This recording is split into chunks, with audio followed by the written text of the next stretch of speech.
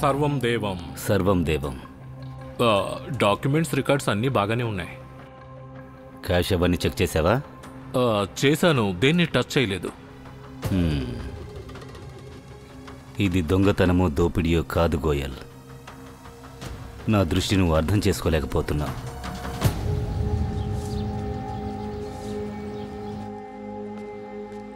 ఎక్కడికి వెళ్తున్నావు నువ్వు? పాస్ ఉందా? నువ్వు ఇలా బయటకు వెళ్ళడానికి వీల్లేదు. నేను ఇంటికి వెళ్ళాలి. మళ్ళీ ప్రారంభించావా? నన్ను మా నాన్నగారు ఇంటికి పిలిచారు. మీ నాన్నగారు మాకేమీ ఫోన్ చేసి చెప్పలేదే. ఫోన్ చేసి మాట్లాడించు. ఏంటండి దౌర్జన్యం? నేను వెళ్తానంటే వెళ్తాను. ఎలా వెళతావు నువ్వు?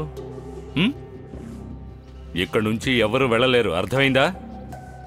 సర్పాల్, తాను పూర్తిగా మారిపోయేంత వరకు తను ఇక్కడి నుంచి ఎక్కడికి వెళ్ళకూడదు.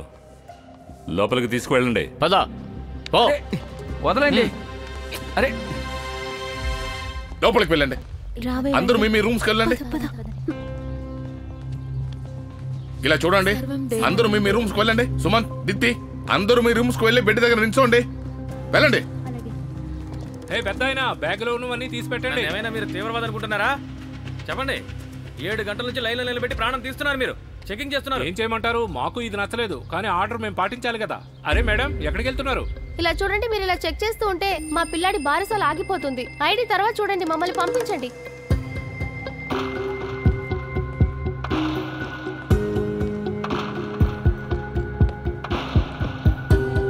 సర్వం దేవం.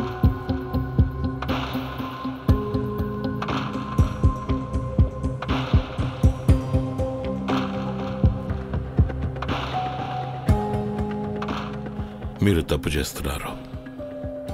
మీరు భక్తుల్ని ఇలాగే చెక్ చేయాలని ఇబ్బంది పెడితే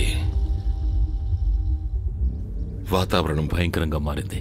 ఆశ్రమానికి ఇంకెవరూ రారు. మీరందరూ అప్రమత్తంగా ఉండాలి.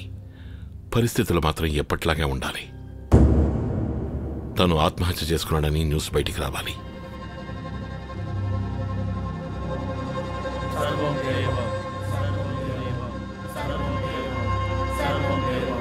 సర్వం దేవం.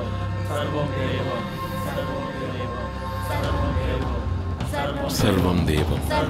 సర్వం దేవం.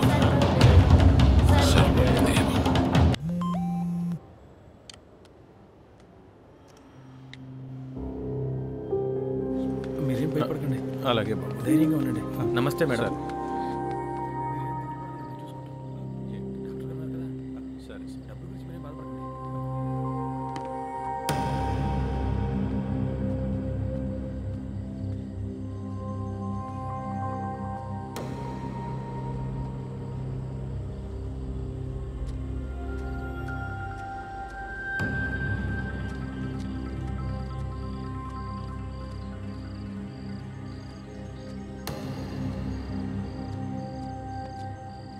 Are you mad?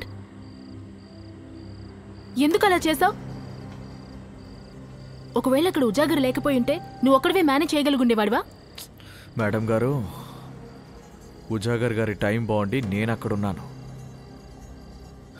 లేకపోతే ఆయన లాస్ట్ బ్రేకింగ్ న్యూస్ ఎప్పుడూ అయిపోయేది. ఏదో ఒకటి చేసి మనం ఆయన అక్కడి నుంచి బయటికి తీసుకురావాలి. మైకేల్ చాలా తీవ్రంగా గాలిస్తున్నాడు. నాకు తెలుసు. అరేంజ్మెంట్స్ అన్నీ అయిపోయాయి, కానీ ఒకవేళ ఇమీడియట్గా బయటికి తీసుకొస్తే ఆబ్వియస్గా తన మీద డౌట్ వస్తుంది. తర్వాత ఏం చేద్దాం అనుకుంటున్నావు? నా పని ఇంకా పూర్తి అవ్వలేదు మేడం గారు.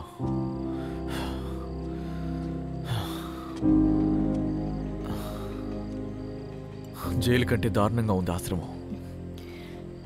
అక్కడ ఆడపిల్లల జీవితం దారుణంగా ఉంది. అకీ, నాకు అర్థమవుతోంది, కానీ వీళ్ళు చాలా డేంజరస్ అని నీకెందుకు అర్థం కావట్లేదు? మేడం, ఆ విషయం నాకు తెలుసు.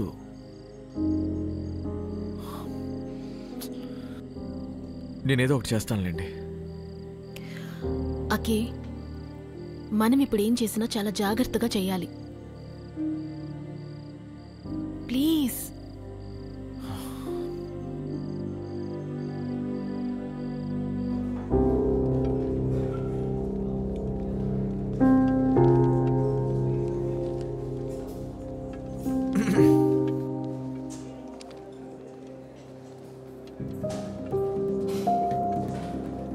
మీరిప్పుడు ఇక్కడికి వచ్చి ఉండకూడదు.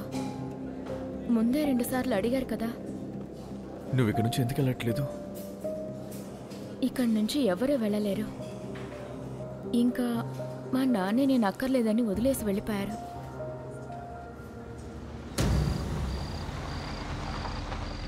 ఆయన ఎప్పుడు తిరిగి వస్తారు? రోహిత్కి సమాధానం చెప్పలేకపోతున్నాను. మీ నాన్నగారు త్వరగానే తిరిగి వచ్చేస్తారు. అది చెప్పడానికే ఇక్కడికి వచ్చాను. ఆయన్ని తీసుకురావచ్చు కదా. యాక్చువల్లీ చిన్న ప్రాబ్లం వచ్చి పడింది. ఆయన్ని బయటికి తీసుకురావాలంటే మీ సాయం కూడా కావాలి. చెప్పండి, నేనేం చేయాలో చెప్పండి. మీరైనా ఆయనకు అర్థమయ్యేటి చెప్పండి. ఎంత మూర్ఖుడిలా మాట్లాడుతున్నాడో చూడండి. తండ్రిని దహనం చేయనని ఏ కొడుకైనా చెప్తాడా అండి? చెప్పండి. చాలే ఆపు. తనని నువ్వేం అనొద్దు. ముసలోడు తనని మెడబట్టుకు బయటికి గెంటేశాడు. మేమెక్కడికి రాము. దహనం చేయాలంటే అదేదో మెషిన్లో పెట్టి స్విచ్ నొక్కండి. అరే నువ్వు కొడుకువేనా? అసలు నువ్వు ఇంటికి పెద్ద కొడుకు అయ్యుండి నీ తండ్రి దహన సంస్కారం చేయకపోతే పాపం ఆయన స్వర్గానికి ఎలా వెళ్ళగలరు? అలాగా? మా జీవితాన్ని నరకం చేసిన ఆయన్ని దహనం చేసి స్వర్గానికి పంపాలా? అలాంటోడిని అసలు మురికి కాలువలో పడేయాలి. పిచ్చనా కొడుక, నోరుంది కదా అని ఏమైనా మాట్లాడతావా? బట్టతల నా కొడక ఎంట్రా మా బాబురా. నేనేమన్నా మాట్లాడతాను? నీకేంట్రా? నీకంత ఓపిక అంటే నువ్వేంట్రా? శవం కాలుతుండగా నింపి తీసుకుని నీ గుర్తులో పెట్టుకో. ఈ పిచ్చనా కొడుకుని కలిసి తీసుకెళ్ళు. వదిలే వెళ్ళు. తనకు అర్థమయ్యేలా చెప్పు. గొడవ పడద్దు. బండి తీసుకొచ్చిందా? మలంగన్నా, మిమ్మల్ని వదిలి వెళ్ళడానికి మనసు రావట్లేదు. వీడిని పంపిస్తాను, నేను ఇక్కడే ఉంటాను. నేను ఎక్కడికి వెళ్ళిపోతాను? వెళ్ళి దహన సంస్కారాలు పూర్తి చేసిరండి. మీకోసం ఎదురు చూస్తూ ఉంటాను. లే వెళ్ళనివ్వండి. పద. నేను రాను. పద.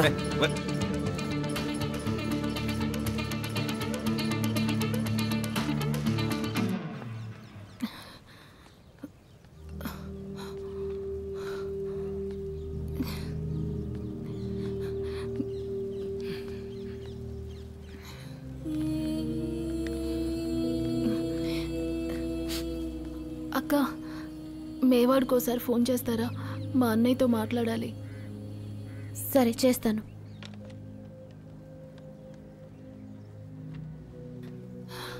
మూడో నంబర్కి వెళ్ళు.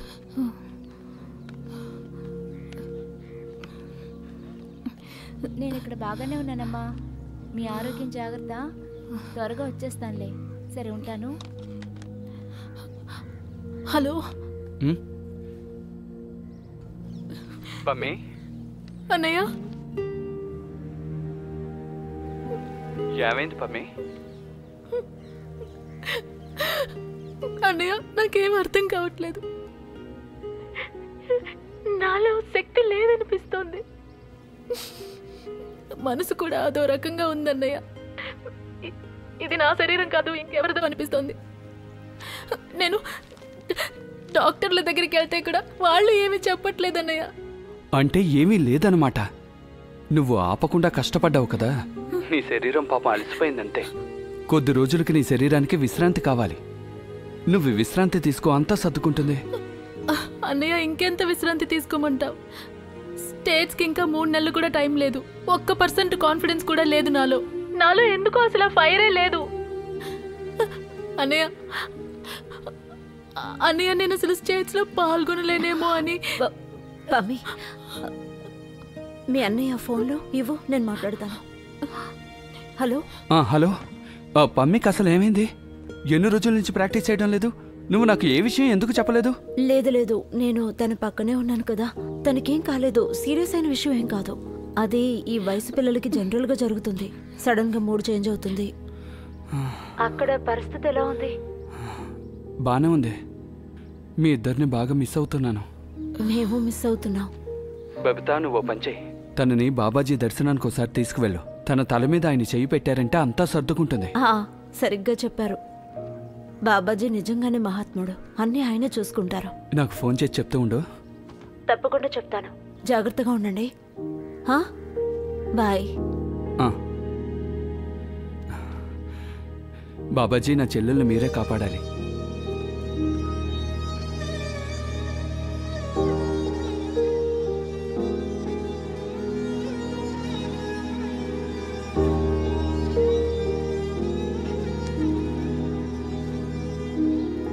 మమ్మీ పద పద.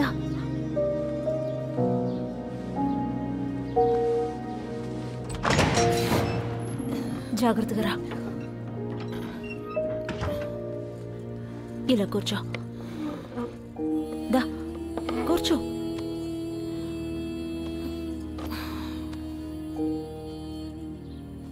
నేను కోచ్ మేడంని కలిసే వస్తున్నాను. ఒంట్లో బాలేదని ప్రాక్టీస్ చేయడం మానేస్తే ఎలా అని అడిగారు. ప్రాక్టీస్ చేసే విధానాన్ని మార్చుకోమన్నారు.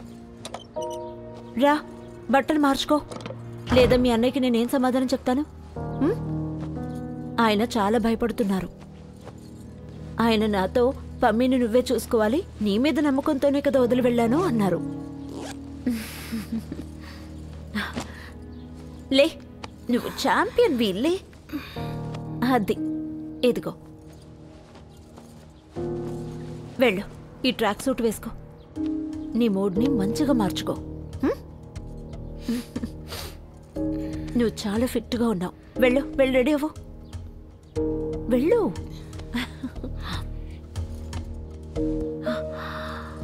Come on, jogging.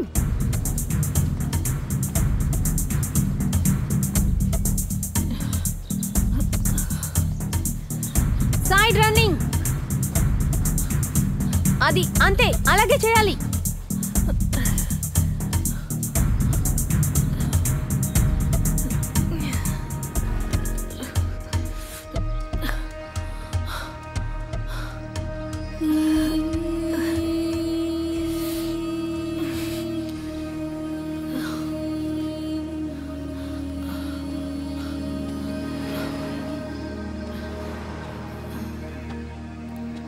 A Pammi,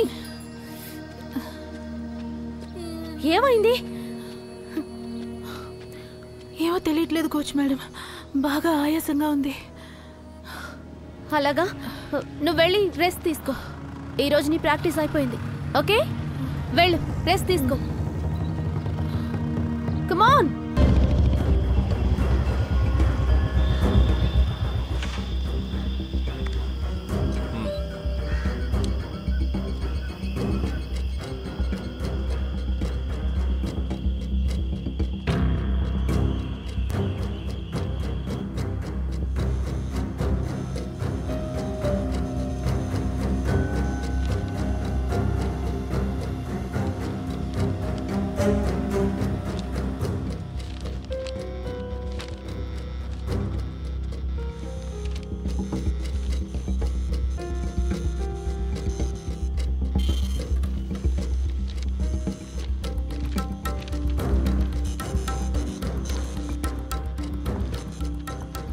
sir, ఈ స్థలాల పేపర్స్ మూట ఉందే, ఇందులో ఒక పేపర్ ఎక్కడ ఉంది, ఇంకో పేపర్ ఎక్కడ ఉందో తెలియట్లేదు. వీటన్నిటిని అసెంబ్ల్ చేయడానికి కనీసం 5 రోజులైనా పడుతుంది. ముందు నీకేం అర్థం అవుతున్నాయో వాటిని తీ.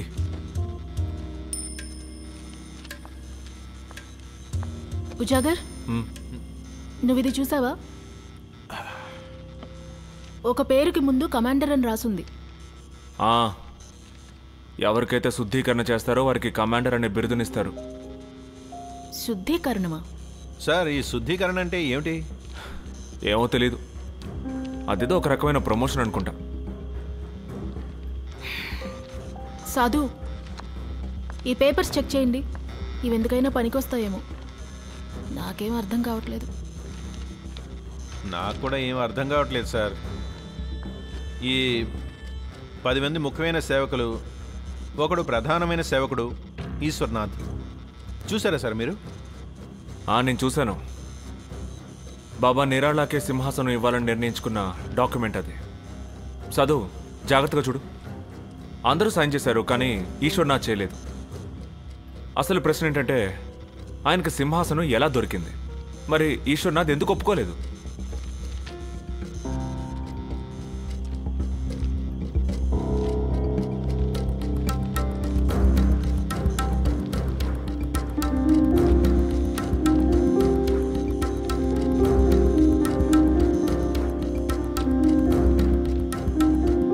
సార్, నాకు ఈశ్వర్నాథ్కి సంబంధించిన పేపర్ దొరికింది.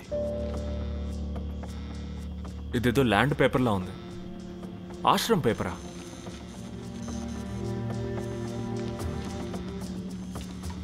ఈ పేపర్ని బట్టి చూస్తుంటే ఆశ్రమం ఉన్న స్థలం ఈశ్వర్నాథ్ పేరున ఉంది. ఏంటి? ఇదేం కొత్త ట్విస్ట్?